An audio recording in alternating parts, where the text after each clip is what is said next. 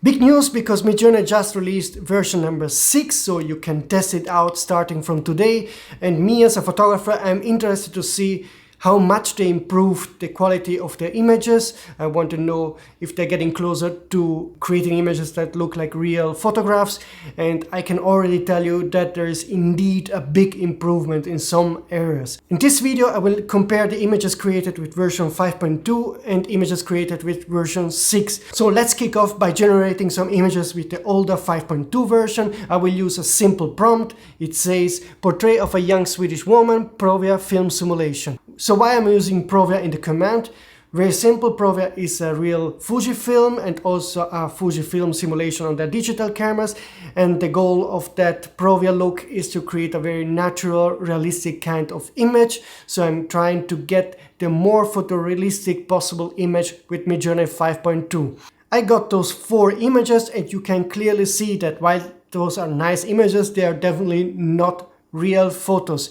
Mainly because of the skin. The skin looks very flat and generated and repetitive. There is missing structure and detail, and that's why you recognize that there is something wrong on those images. But now let's run the very same command with version number 6 of Midjourney, and in this case you can quickly see that the images have been improved. I upscaled those images and you will quickly notice that the quality is quite different. First of all, that Provia style is really inside those images now, so it's looking way more realistic and natural, and also the skin of those women look more structured, more detailed. Still, you can see that there's something odd and those are not real photos, but at first glance you could be fooled that this is a real photo. You have to really pixel peep into it to notice the difference. So I'm very impressed by the big jump forward made by Midjourney 6.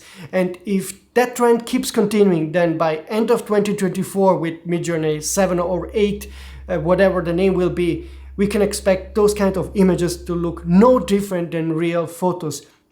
This might be something scary for us photographers to know that AI is going to create photos or photo-like images, but I think you don't have to be afraid. AI is not here to replace real photography, but it can be useful for photographers because you can use your skills. You know how to create images. You can prompt the right command to create images that have a quality that is superior to those kind of people that don't know how to create images. So I think there's an opportunity there. Plus, you can also use Midjourney AI and other AI tools to modify your real photos, and I think there is a big opportunity to create a new kind of look and style for your images. But now let's move on to another comparison made on landscape photography, because this was kind of a very weak spot of Midjourney AI.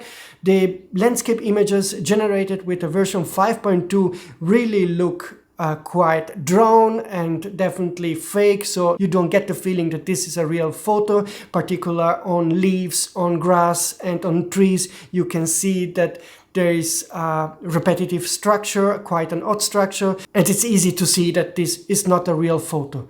But now let's test version number 6. I did run a couple of prompts to create images of trees and also of the Dolomites, that's where I live, and also some images of flowers. And you can quickly see that the quality has indeed improved, maybe not as much as on the portrait images you saw before, but definitely there is more realistic, nuanced feeling in those kind of AI generated images. I will make a quick comparison between the images of 5.2 and 6.0, and you will agree with me that those 6.0 images look better.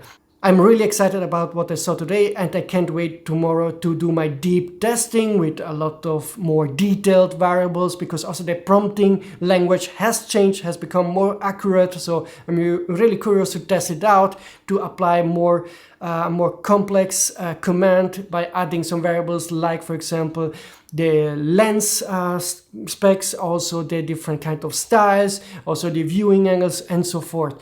If you are interested to see this video, stay tuned because I will post it probably tomorrow afternoon, and I'm really curious to see if I can fool you, making you believe that those are real photos. Let's see. See you soon, folks.